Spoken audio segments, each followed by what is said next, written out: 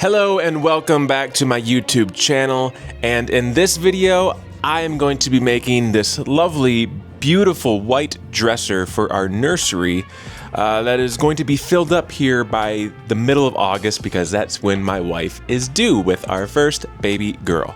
I'm going to leave the talking to a minimum on this one. I'm not really going to tell you in depth of what I'm doing. I'm just going to kind of let you watch and see. The plans I got from this are from Fix This, Build That. I made my own adjustments to those plans to make it a shorter dresser. I will leave the link for those in the description. But yeah, sit back and relax and enjoy the process of the building of this beautiful nursery dresser.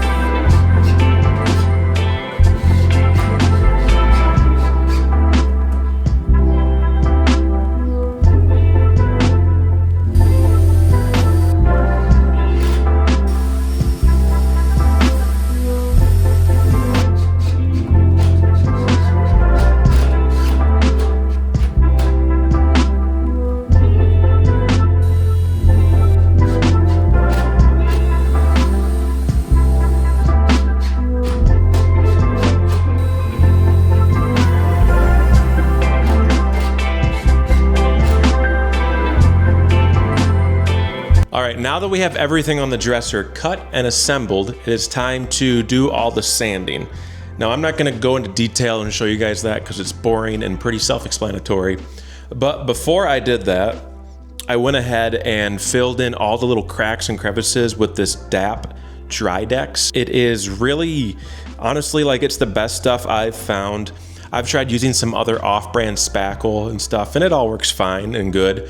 But honestly, this DAP Drydex stuff works the best.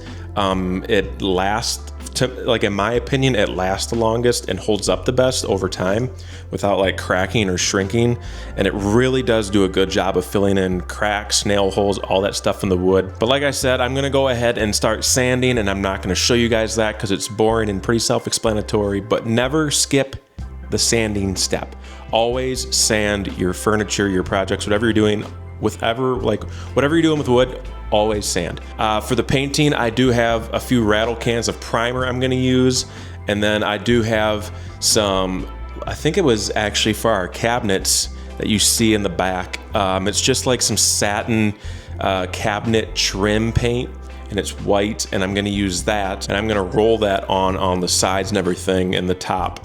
But I think I'm also gonna use a can of spray satin too over top, just to get into like all the little molding crevices and like the corners and creases, just to get a smoother finish on everything. And so I don't I don't know what the word is, but like, so I don't goop up all the paint and the creases and everything. But I'll show you guys that, and we will get to doing that. So let's do it.